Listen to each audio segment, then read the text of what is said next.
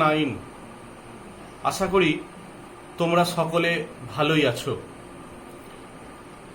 পরীক্ষার পর এবং ঈদুল আজহার ছুটির পর আজকে তোমাদের প্রথম ক্লাস। আজকে তোমরা জানো আমি কি পড়াবো, তোমাদের আগেই জানিয়েছি। আজকে তোমাদের আমি পড়াবো বিশেষ্য বিশেষণ সম্পর্কে কিছু ধারণা। তোমরা খুব ভালো হয় যদি খাতা পেন নিয়ে ক্লাসটা করতে বসো এবং যা আমি বলছি তা বুঝে যদি লিখে রাখতে পারো তাহলে হয়তো তোমাদের ক্ষেত্রে বুঝতে সুবিধা হবে। তো আজকে আমরা সেই পড়ার মধ্যে যাচ্ছি। প্রথমে আমরা বিশেষ্য জানবো, তারপর বিশেষণ জানবো। মনে রাখবে বিশেষ্য এবং বিশেষণ দুটোই কিন্তু পদ। এসো আমরা দেখে নিই। দেখো, বিশেষ্য পদ এবং বিশেষণ পদ। প্রথমে জানতে হবে পদ কাকে বলে। বাক্যে ব্যবহৃত হওয়ার জন্য যেসব ধ্বনি বা ধ্বনি সমষ্টি অর্থাৎ অনেকগুলো ধ্বনি একত্রিত হয় এবং অর্থপূর্ণ শব্দ গঠন করে তাদের বলে পদ। তাহলে বেশ কয়েকটি ধ্বনি সমষ্টি। ধ্বনি কাকে বলে? আমাদের মুখ নিঃসৃত যে শব্দগুলো সেইগুলো কি ধ্বনি বলে। আর বর্ণ কাকে বলে? সেইগুলো যখন আমরা লিখিত রূপ দিই তখন সেটা হলো বর্ণ। তাহলে ধ্বনি বা ধ্বনি সমষ্টি যখন একত্রিত হচ্ছে এবং অর্থপূর্ণ শব্দ গঠন করছে তাকে আমরা পদ বলছি। পদকে আমরা 5 ভাগে ভাগ করতে পারি। কি কি? বিশেষ্য পদ, বিশেষণ পদ, সর্বনাম পদ, অব্যয় পদ এবং ক্রিয়াপদ। এই 5টি ভাগে আমরা পদকে ভাগ করতে পারি। আমরা আজকের ক্লাসে বিশেষ্য এবং বিশেষণ পদ সম্পর্কে আলোচনা করব। এখন আমি দেখিয়েছি বিশেষ্য কাকে বলে। দেখো, বিশেষ্য কাকে বলছে? যে পদের দ্বারা কোনো ব্যক্তি, স্থান, বস্তু, জাতি, সমষ্টি বোঝায় তাকে বিশেষ্য পদ বলবো। অর্থাৎ যে পদের দ্বারা ব্যক্তি, স্থান, বস্তু, জাতির নাম বোঝাচ্ছে তখন তাকে আমরা বিশেষ্য পদ বলবো। তাহলে বিশেষ্য কাকে বলে আমরা জানলাম। বিশেষ্যকে আমরা 5 ভাগে ভাগ করতে পারি। যেমন সাধারণ বা সামান্যবাচক বিশেষ্য, সংজ্ঞাবাচক বিশেষ্য, গুণবাচক বিশেষ্য বা ভাববাচক বিশেষ্য এবং ক্রিয়াবাচক বিশেষ্য আর সমষ্টিবাচক বিশেষ্য। এই 5টি ভাগে আমরা বিশেষ্যকে ভাগ করতে পারি। এবার এই কয়েকটি ভাগ বা এদের ভাগ সম্পর্কে আমরা জানব। এবার আমরা বিশেষ্যের বিভিন্ন ভাগের দিকে আলোকপাত করব। প্রথমে আসছে দেখো সাধারণ বিশেষ্য। খুব ভালো করে দেখবে ভাগগুলো কেন পার্থক্য আছে, কি পার্থক্য আছে ভাগগুলো, তারা খুব ভালো করে বুঝতে পারবে। সাধারণ বিশেষ্য আমরা কাকে বলবো? যে সমস্ত পদের দ্বারা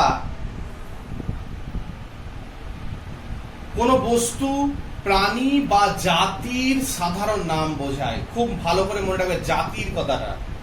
জাতির সাধারণ নামের কথা বোঝায় তাদের সাধারণ বিশেষ্য বলছে। এখানে আমরা যেগুলি উদাহরণ হিসাবে দেখব সেগুলো একটা জাতিকে নির্দেশ করবে। যেমন গরু অর্থাৎ কোনো পার্টিকুলার নির্দিষ্ট গরুর কথা আমরা বলছি না, এখানে সমস্ত গরু সম্প্রদায়ের কথা বলা হচ্ছে। কৃষক সম্প্রদায়, শ্রমিক, আকাশ, জল, এগুলোকে আমরা নির্দিষ্ট করে কিন্তু ইন্ডিকেট করছি না, তাই এটিকে আমরা সাধারণ বিশেষ্য হিসাবে বলতে পারি। তারপরে আসছে দেখো সংজ্ঞাবাচক বিশেষ্য। সংজ্ঞাবাচক বিশেষ্যের ক্ষেত্রে কি দেখা যায়?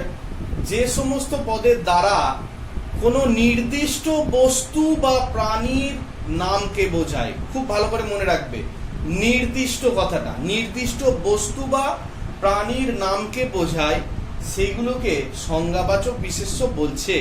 যেমন আমরা যদি রবীন্দ্রনাথের কথা বলি, রবীন্দ্রনাথ কিন্তু খুব বেশি উদাহরণ নেই, একটাই উদাহরণ আমরা চিনি রবীন্দ্রনাথ বলতে।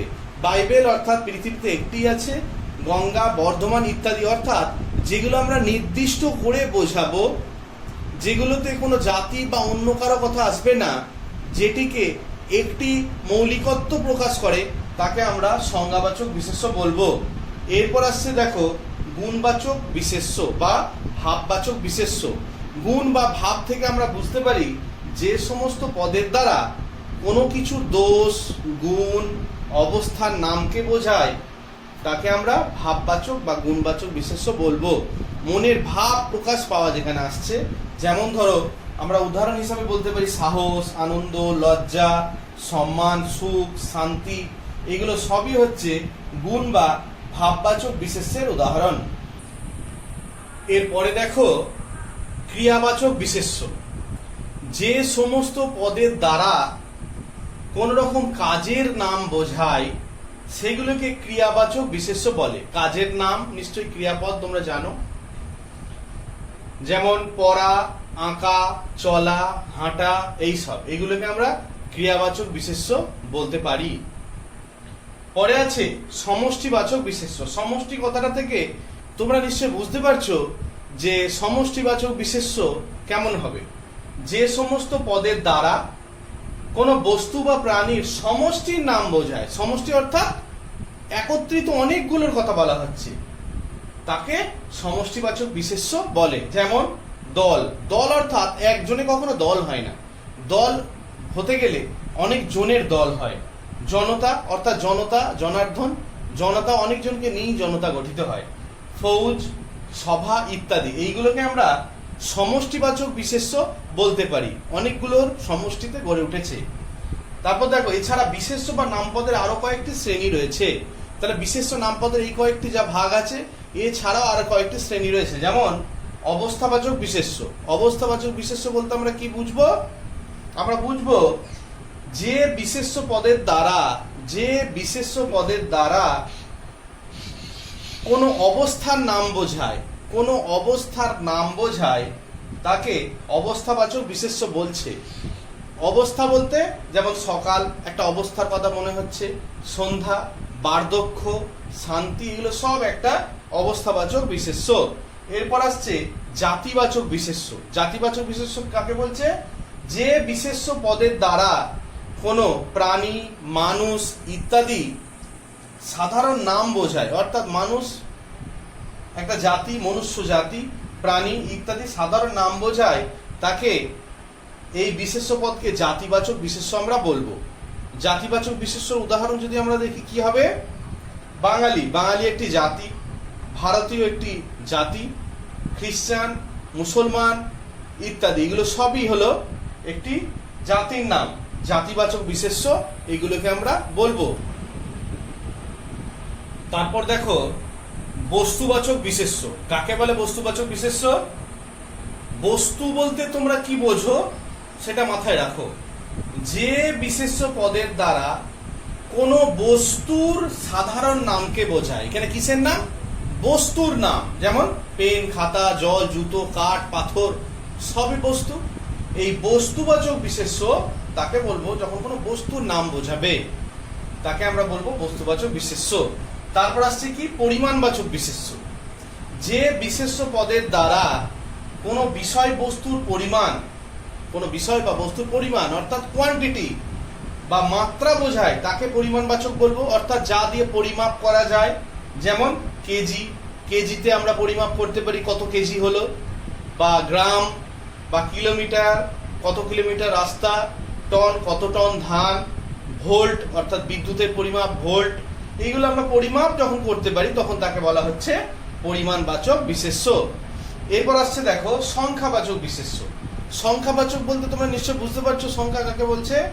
যে বিশেষ্য পদের দ্বারা কোনো কিছুর সংখ্যা বোঝায়, কোনো কিছুর সংখ্যা যখন বোঝাবে তখন সেটা হবে সংখ্যাবাচক বিশেষ্য।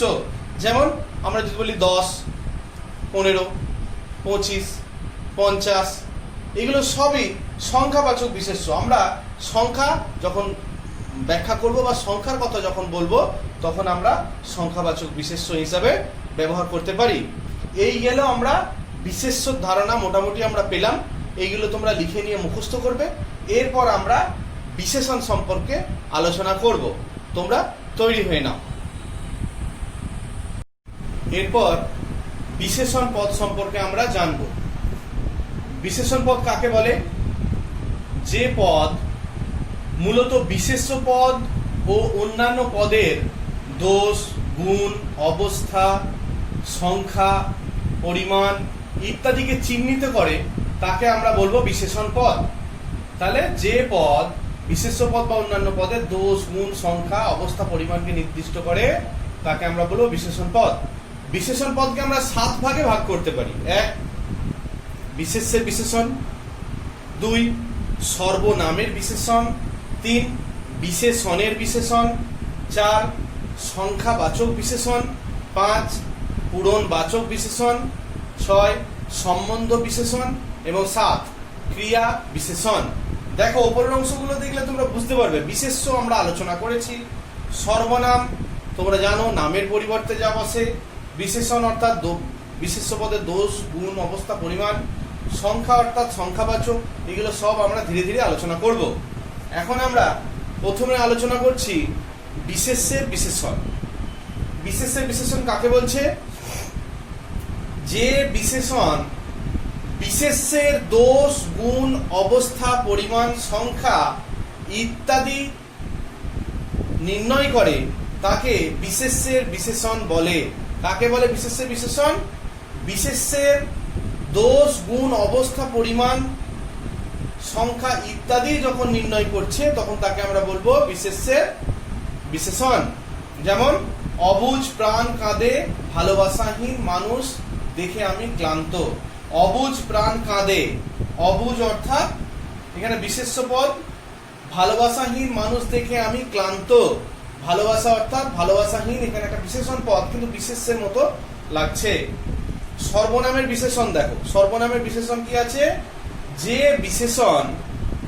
বিশেষণ সর্বনাম পদের দোষ, গুণ, অবস্থা, পরিমাণ, সংখ্যা ইত্যাদি নির্ণয় করে তাকে সর্বনামের বিশেষণ বলে। তাহলে সর্বনাম বিশেষণ কাকে বলছে আরেকবার দেখো। যে বিশেষণ সর্বনাম পদের দোষ, গুণ, অবস্থা, পরিমাণ। তাহলে কার এখানে? সর্বনাম পদের দোষ, গুণ, অবস্থা বিচার করছে, নির্ণয় করছে, তাকে আমরা সর্বনামের বিশেষণ বলছে। সর্বনাম পদ কোনগুলো? নামের পরিবর্তে। যেমন আমি অধম তাই বলিয়া তুমি অধম তাই বলিয়া আমি উত্তম না হইব কেন। এখানে আমি এবং তুমি এই কথাগুলো অবশ্যই সর্বনামের উদাহরণ। যারা সর্বনাম জানো তারা নিশ্চয় জানবে। এই দুটো হলো বিশেষ্য এবং বিশেষ সর্বনামের, বিশেষ্যের বিশেষণ এবং সর্বনামের বিশেষণের উদাহরণ এবং তার সংজ্ঞা। এরপর আমরা পরপর এগুলো দেখতে থাকব। এরপর দেখো বিশেষণের বিশেষণ। বিশেষণের বিশেষণ কি বলছে? যে বিশেষণ পদ সমজাতীয় অন্য আরেকটি বিশেষণ পদের দোষ, গুণ, অবস্থা, পরিমাণ নির্ণয় করে তাকে বিশেষণের বিশেষণ বলে। মানে একটা বিশেষণ পদ অন্য একটা বিশেষণ পদকে বিশেষায়িত করছে, তখন তাকে আমরা বিশেষণের বিশেষণ বলবো। যেমন অতি চালাকির এই পরিণাম। চালাকিটা একটা বিশেষণ পদ, ওকে আবার অতি অর্থাৎ তার তীব্রতা অনেক গুণে বাড়িয়ে দিচ্ছে, সেটিকে আমরা বলবো বিশেষণের বিশেষণ।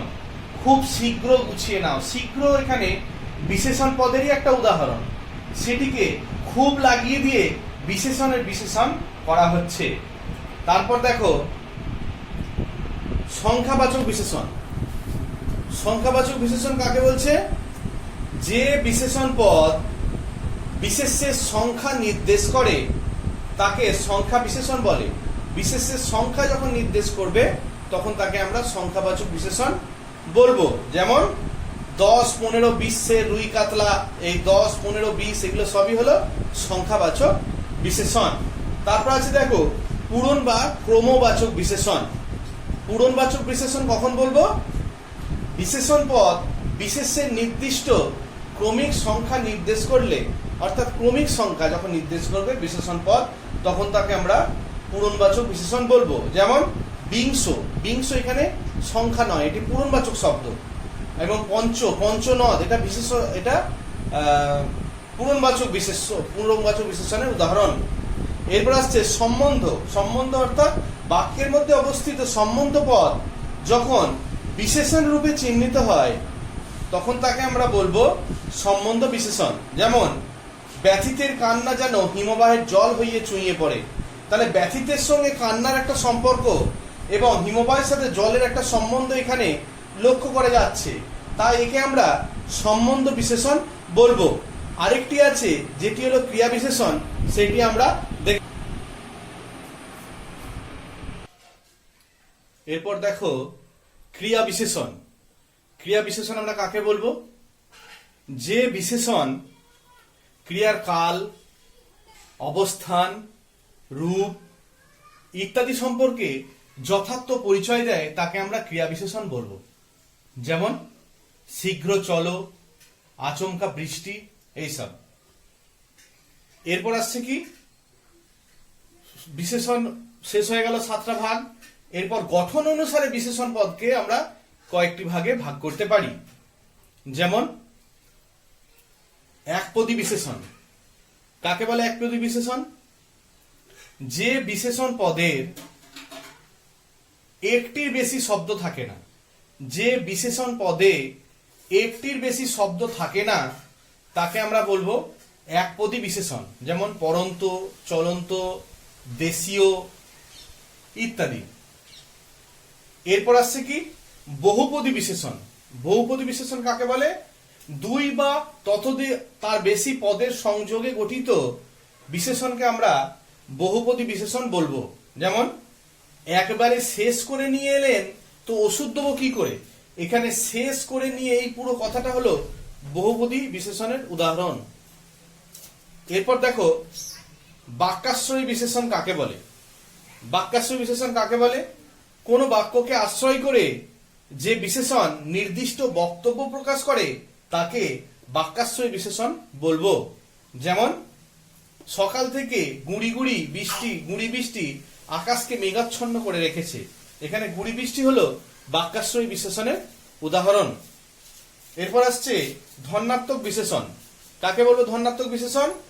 বিশেষ্য পদের দোষ, গুণ, অবস্থা প্রকাশ করলে তাকে আমরা ধন্যাত্মক বিশেষণ বলবো। যেমন ঝকঝকে, করকরে, রিমঝিম। তাহলে ঝকঝকে বাসন, ঝকঝকে রাস্তা, করকরে আওয়াজ, এই সমস্ত ব্যবহার আমরা ধন্যাত্মক বিশেষণের ক্ষেত্রে করতে পারি। এরপর আসছে শব্দ দ্বৈতাশ্রয়ী বিশেষণ। একই পদে দুবার ব্যবহার দ্বারা বিশেষণ পদে গঠন করা হলে, একই পদে দুবার যদি আমরা ব্যবহার করি এবং সেটা বিশেষণ পদে যখন গঠন করা হচ্ছে নতুন বিশেষণ পদ, তখন তাকে আমরা বলবো শব্দ দ্বৈতাশ্রয়ী। শব্দ অর্থাৎ শব্দ, দ্বৈত অর্থাৎ দুটো। শব্দ দ্বৈতাশ্রয়ী অর্থাৎ দুটো শব্দকে আশ্রয় করে যে বিশেষণ গড়ে উঠছে তাকে শব্দ দ্বৈতাশ্রয়ী বিশেষণ বলবো। যেমন মুঠো মুঠো, মুঠো মুঠো চাল, শত শত বৎসর, এইগুলো আমরা শব্দ দ্বৈতাশ্রয়ী বিশেষণ হিসাবে ব্যবহার করতে পারি। এরপর আসছে পদান্তরিত বিশেষণ। পদান্তরিত বিশেষণ কাকে বলবো? সাধিত বিশেষণকে বিশ্লেষণ করলে, সাধিত বিশেষণকে বিশ্লেষণ করলে এক পদ থেকে ভিন্ন পদ যখন পাওয়া যায় তখন আমরা তাকে বলবো পদান্তরিত বিশেষণ। পদান্তরিত অর্থাৎ অন্য পদ। যেমন গনগনে, কনকনে, এইগুলো সব হচ্ছে পদান্তরিত বিশেষণের উদাহরণ। আর একটি বিশেষণ আছে যেটি এখানে স্থানাভাবে আমি লিখতে পারলাম না, সেটি হলো প্রশ্নবোধক বা প্রশ্নবাচক বিশেষণ। প্রশ্নবাচক বিশেষণ আমরা কাকে বলবো? প্রশ্নবাচক বিশেষণ যখন যে বিশেষণ প্রশ্ন করা বোঝায় তখন তাকে আমরা প্রশ্নবাচক বা প্রশ্নবোধক বিশেষণ বলবো। যেমন কত, যেমন কত দিয়ে আমরা কি বলতে পারি? কত দূর যেতে হবে, জিনিসটির কত মূল্য। কেন, কেন দিয়ে কি বলতে পারি? কেন তুমি এলে।